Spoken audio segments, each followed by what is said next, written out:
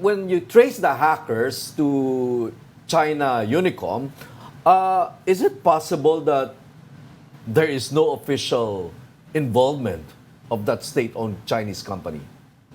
Well, Sir Patrick, we would like to be very careful.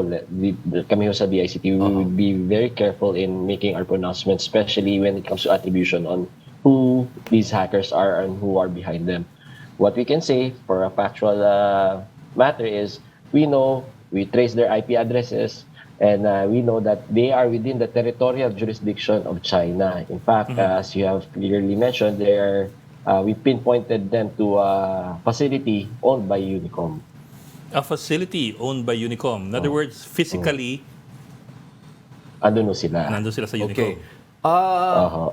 Asek, alam naman natin, getting access to communications or computers within this facility is not going to be easy, right? It's going to be likely restricted.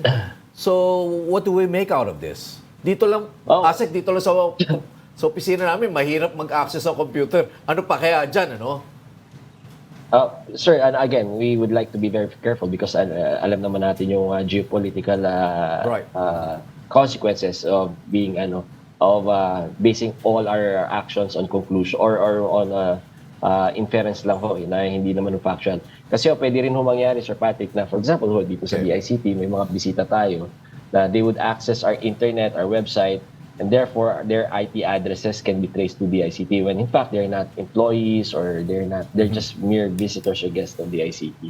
Yes, sir. But in that case, sir, you might be referring to people visiting who might be opening their Facebook accounts, not people visiting to hack other countries abroad.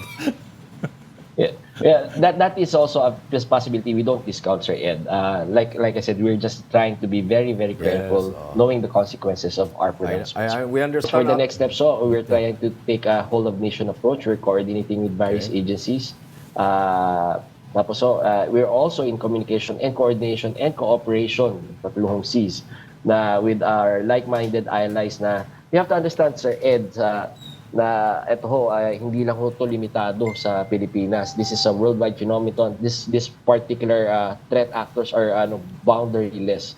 So marami hong nasyon, marami hong bansa na nakaka-experience ng similar threats and similar incidents gaya na sa Pilipinas po. Yes, sir. When you say that there was an attempt to hack some of government's websites, exactly how or what kind of hacking was involved here?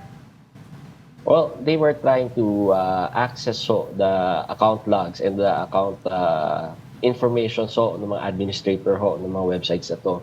They're trying to get their mga credentials in order for them to gain further access to sa system ng gobyerno. And thankfully, na-prevent natin from them moving forward. From the onset, we detected that they were trying to get the access of these administrators, then we remediated yun yung term na ginagamit natin dito, na nagawa na natin ng mga paunang lunas or yung mga we solved that particular problem wherein they cannot use whatever they got, they cannot use it to do whatever they were planning to do. So they tried to take control.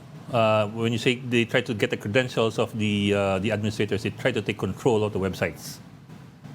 They try to get control of the access of the administrators kasi mas higher yung level ng access ng administrators. They could access more of the systems of government po. Okay. And at this particular juncture, I'd like to point out na hindi lang yung pag-atake sa government institutions at web systems natin nangyayari to at may mga namomonitor din tayo na pati ang pribadong sektor nakaka-experience ng ganito pag-atake from these same threat actors. From the same source, from the same geolocation? Geolocation threat actors yun. Hindi lang kasi namin na-detect yung IP addresses but also the manner kasi may mga footprints yan yung modus operandi nila. So we can basically pinpoint or get an idea kung sino yung mga groups na to, sino yung mga hackers na to. Not only with their IP addresses po. So Asek, this is not the usual hacking attempt where they usually just vandalize a site, right? So there's an attempt to steal information. Tama ho kayo. It's not yung mga papansin lang like before when we experience yung hacking sa mga government institutions na to. Right. These are threat actors that try to gain access to the websites. And if whatever they were planning to do, they were thwarted. Hindi na ho sila nakamove forward. Sir, have we by any chance challenged or confronted China Unicom over these events? Well, whether China Unicom or the Chinese Foreign Ministry or maybe your counterparts sa China sa kanilang information technology, I don't know. But has any official challenge been made by the Philippine government as far as this is concerned? No, categorically wala pa ho. Again, we are very careful about attribution. We can only say na parang eto ho na didetect natin unless we get further proof of further involvement, hindi ho tayo pwede mag-point na accusatory finger. In fact, what we plan to do is seek their help, seek their assistance. So, using diplomatic relationships, dahil this is within their territorial jurisdiction, this is within the ambit of their powers, they are more capable and they're more equipped to help us put a stop to these threats. Yes, sir. Pero sir, sorry sir, pilyong tanong lang. Sige po. Pero sir, hindi ba, kung galing sa facility ng China Unicom, tapos we ask them to investigate, parang, isn't that like telling them, tigil nyo na yan, kasi nahalata na namin kayo.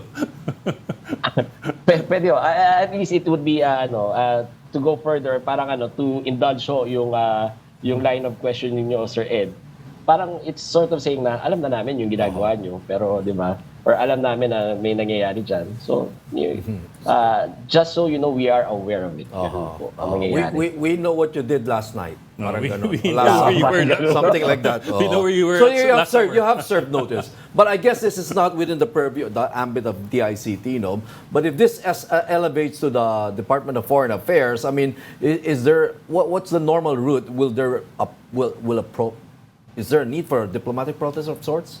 I mean, is that part of the... we would surmise that it would entail a more comprehensive report that would now entail a more comprehensive investigation para mas kumpleto. Kasi again, we don't want to point an accusatory finger na wala naman sufficient na basihan para do sa protest na yon. So whenever we do that protest, it would be comprehensive, it would detail out what happened and our basis for the protest. Okay.